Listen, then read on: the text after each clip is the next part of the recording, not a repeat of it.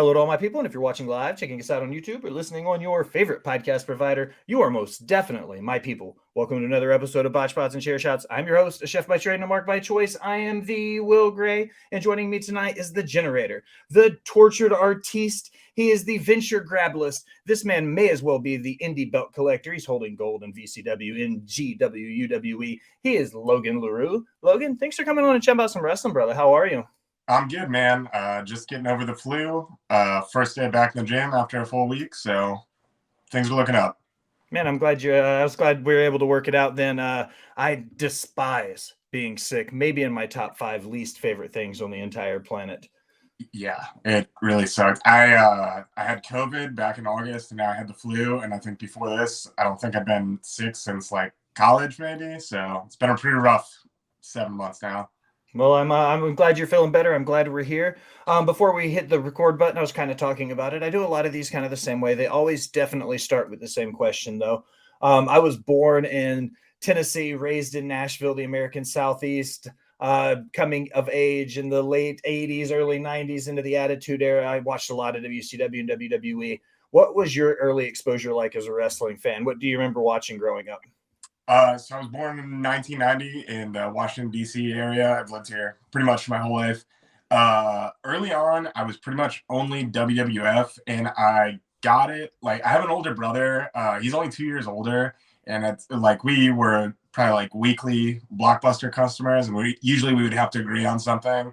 And I don't know which one of us saw it, but one of us saw WWF videotape, and we thought it looked cool. So I was pretty young, probably like 5 years old, 6 years old, and we checked it out. And he definitely fell out of it after the Attitude Era, but I was hooked pretty much as soon as we got that tape until now, until my coffin, I assume.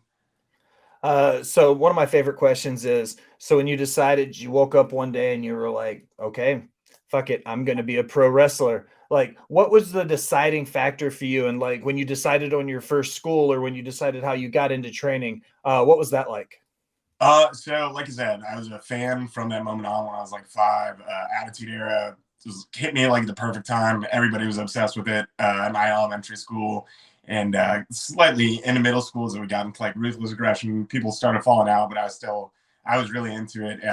I would say the Jeff Hardy Undertaker, the Raw ladder match is really like the match that for whatever reason really clicked in my brain. It's like, that is what I want to do with my life. So I would say I discovered like the internet wrestling fan base and message boards and stuff like that, probably in 8th grade or so, like 2004-ish. And then I would just spend way too much time probably looking at schools, looking at indie wrestling and all that stuff.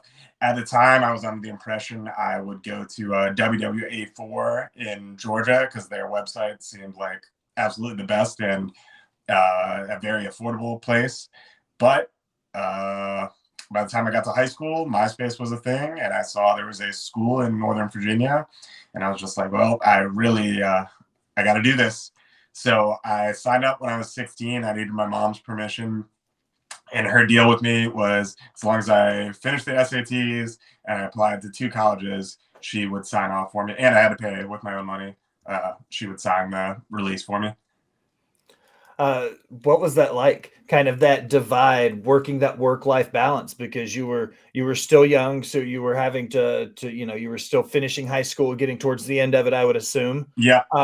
Then you've got that plus paying for it, so you mix in at least a part-time job, probably, like, plus the schoolwork, plus everything on top of it. How did you get that work-life balance down? So I would say the schoolwork, I got into West Virginia early admission, like very early on. I think I started training June 2007. I got into college September 2007, and I was already a not great student, and my studies totally became the least important part of my life.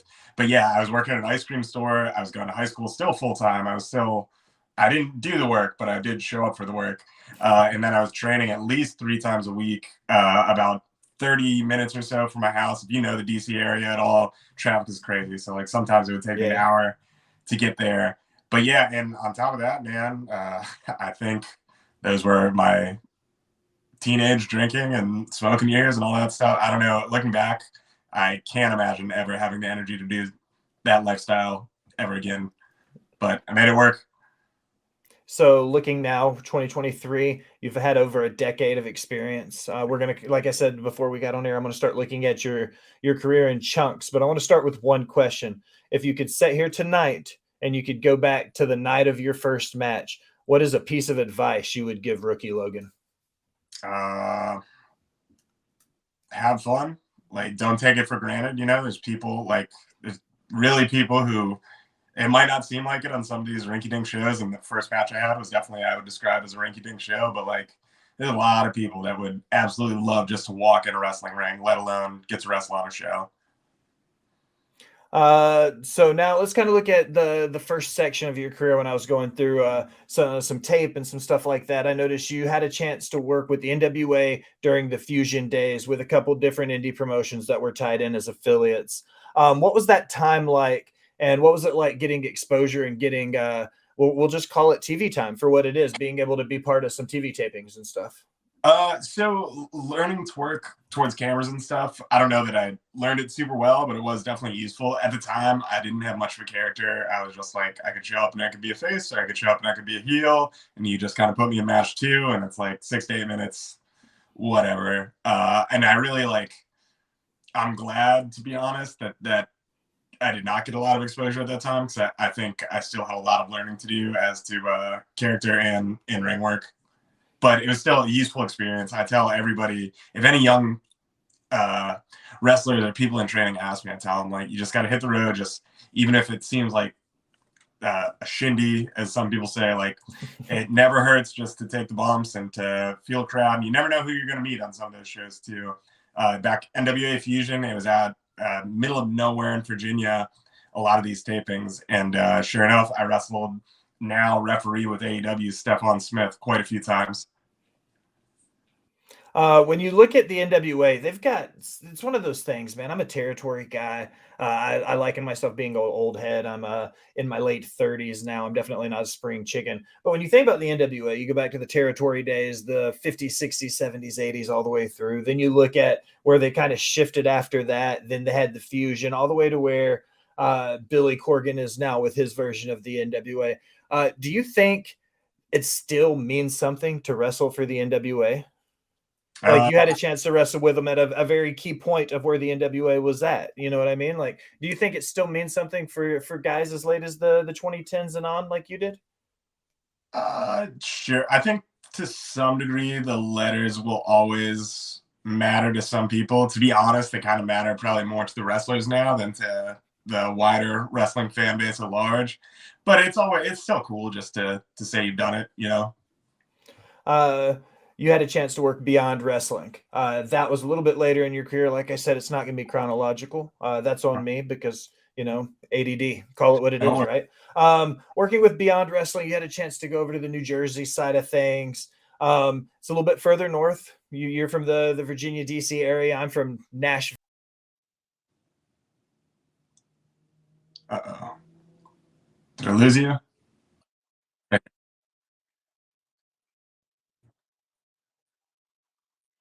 Yeah, it was awesome. Like last about 2 years ago, I was up there fairly regularly in New Jersey, and more often the Worcester, Massachusetts taping. The crowd there is very different than the crowd at the NWA Fusion days, but it's cool. It's good to be able to. I'm glad that I was the wrestler I was at Beyond when I got there, as opposed to if the kid from NWA Fusion had gone up there, I don't think I would have been back very often. Yeah, I would say I love IWTV and Jerry, and I don't want this to seem as negative, but even when I started like 10, 15 years ago, I feel like with IWTV filming more often all over the place, and talent traveling more than they used to, the kind of older territories don't exist as much. And like people's wrestling styles are a lot similar. Like, I've wrestled down in like Atlanta and Alabama and stuff, and really like the guys are calling the same kind of matches they're calling up at Beyond. Whereas I think 10 or 15 years ago, it probably would have been a little closer to like classic NWA style wrestling more. Exactly. Yeah, and I kind of wish that that existed a little bit more. There was a little bit more of different styles, or even just that there was a little more wrestling sometimes, as opposed to the GIF centric matches we see a lot of today, which I'm plenty of guilty of too. But so the one time I worked GCW was an Orange Cassidy themed WrestleMania show, and I think it was really cool. I think the show was at like, I want to say it was like 12 on a Saturday or Sunday in the like 12 noon. And it was still plenty wild. I don't think there was a sober person in the building, at least in the fans, not as the wrestlers. But yeah, it was a really good time. Spider Nate Webb came out, and like the whole crowd was just screaming "Teenage Dirtbag." It rocked. Yeah, I think I was a little more anxious the first time, and then after you've done it, I yeah, exactly. I don't want to take it away to like it's still get nervous, so very exciting. And it's another thing if I could go tell a younger person or tell myself back then, like don't take this for granted. I feel the exact same way. Like try to take a moment to be like you should be grateful for an opportunity like this because they don't come around to everybody and they don't come around all the time. It was awesome. I thought at the time, I think I had gotten myself about into what I thought was the absolute best shape that I could have been in. And then they put me against Tony Nese, who made me look like I'd never touched a weight a day in my life. So that was part of it. But like wrestling him, he's a tough motherfucker. He gave me like this low super kick thing, and it like for real, I was like, all right, it's a real fight we're in now. Okay, so now that we've looked at three separate parts of your career. Now I want to kind of look at over the big view of things. Um, One of the things I'm fascinated about is I watch a lot of stuff. I spend a lot of time in the Southeast. I'm in Chattanooga, I'm in Nashville, I'm in Memphis, Knoxville, a lot of the JCP Memphis territory, so to speak, of those things. Uh-huh. For me personally, when I go from show to show, I could tell a difference in fans. Can Sure. you, when you come through that curtain and you see the crowd, is there a drastic difference to you, fans to fans, from region to region? You spoke on it a little bit about Beyond, but specifically in the South, Philadelphia is another good example where the crowd's just known for being rabid. Can the talent tell a difference from city to city or market to market? Yeah, totally. Especially now, like when I first started, I feel like almost every show is more of a PG show, is almost like in a high school gym or a rec center, just kind of local indie. And now, there's so many brewery shows or like sometimes like marijuana festivals, stuff like that, right? And that's geographically everywhere. Like in Tennessee, I've worked for Next Gen all the time. He'll run a brewery show, and then other times he'll run just kind of a normal show. And the difference between the brewery show versus his normal show is drastic. And the fans too. Fortunately, he's drawn on both, and it's cool to have a chance to wrestle in front of both crowds. And you do change your style, of course, for which kind of crowd you're wrestling in front of. For you, we'll pull the curtain back a little bit on this one. When you work from all these promotions and you keep up with so many stories and all these feuds and working heel or working baby, how do you keep up with it in your head going from show to show? It's just like every show is a new show, or every promotion is its own promotion. So you just have to know, in some ways, like I'm definitely not as talented probably as an actor, but like you're an actor. This is the role you're playing for this promotion. On this show, Ashton Kutcher is this guy. In this movie, he's this guy. Like Kelso's not in the Butterfly Effect. Not topical reference, I guess, but that's just the first thing that came to my head. No, I love it because you'll see in a few minutes when we get ready to wrap it up. I always close with 5 random questions that have nothing to do with Oh, okay. wrestling. So yours are coming, my friend. All right. When you look at wrestling from your perspective, did you see the indie log, the one that made its rounds on social media of the promotion that had the ring log that was under the corner Oh, of the yeah, ring? yeah. I jokingly say, because when you look at it, you're like, okay, that's not necessarily like when you look at a house, you're like, that wall is a support wall. That wall has to be there. Where the log was, people who know the anatomy of a ring will go, okay, that log wasn't necessarily at a support point, but it's still questionable to have a log there. And a lot of people were like, it's there for pop to get a rise. I'm not going to ask about the log specifically, But what I'm going to ask you is, everybody's talked about, you've said it yourself. Some people call them the shindies, the mud shows, the outlaw shows. You don't have to give me a name or you don't have to give me a location. Just tell me the story of one of the one times where you walked in and you go, man, I can't believe I took this booking. Well, let me tell you a story a little more similar to the log. I don't know that the promotion, I'll even say, is a Star Pro Wrestling, which I don't think really exists anymore. But this was the very last show I did before COVID really shut everything down. So this is like the first weekend of March 2020, and I was wrestling Veda Scott. And probably 10 minutes before bell time, the cables underneath the ring, they were like struggling all day. They totally snapped. Like metal cables gone. And if you don't know, when that happens, all the tension in the ring is totally gone. So now all the boards, there's gaps between every board. The ropes can no longer, they're just. Every bump, the ring changes because everything goes, it hits and then bounces a little bit. Exactly. So every time it changes. Yeah. You're fighting on like a house without a foundation, essentially. And me and Veda had to wrestle for like 20 minutes. And, we called a lot of stuff. And it's like, well, we can't really hit the ropes anymore. We should really limit our bumps just to be safe and all that kind of stuff. And it ended up working out. But in addition, this show was just like snake bit. I had a good friend on the show, just a freak accident, got a massive concussion on the show. One of the last, and also keep in mind, this was a week before COVID. So we're all aware, like, there's this thing going around and like everyone's kind of like, what the should we be here right now? Like, what is going on? It was in Bucks County, Pennsylvania, where I think they had just discovered this was like one of the first 15 people to get COVID, I believe, was in that county. And then the last match of the night, one of the competitors in it, he had a gash on his arm and it got split open and just bled like it looked like The Shining in the locker room afterwards. Just absolute snake bit show, disaster at every turn.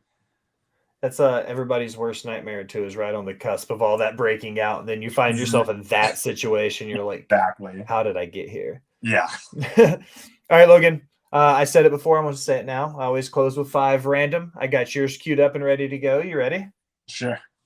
It's a cheat day. You get whatever you want for dessert. What are you going to eat? Dessert. I love like a good hot fudge sundae with almonds and everything. I also like a large milkshake. I like ice cream. I also like cheesecake a lot. So potentially nice cheesecake.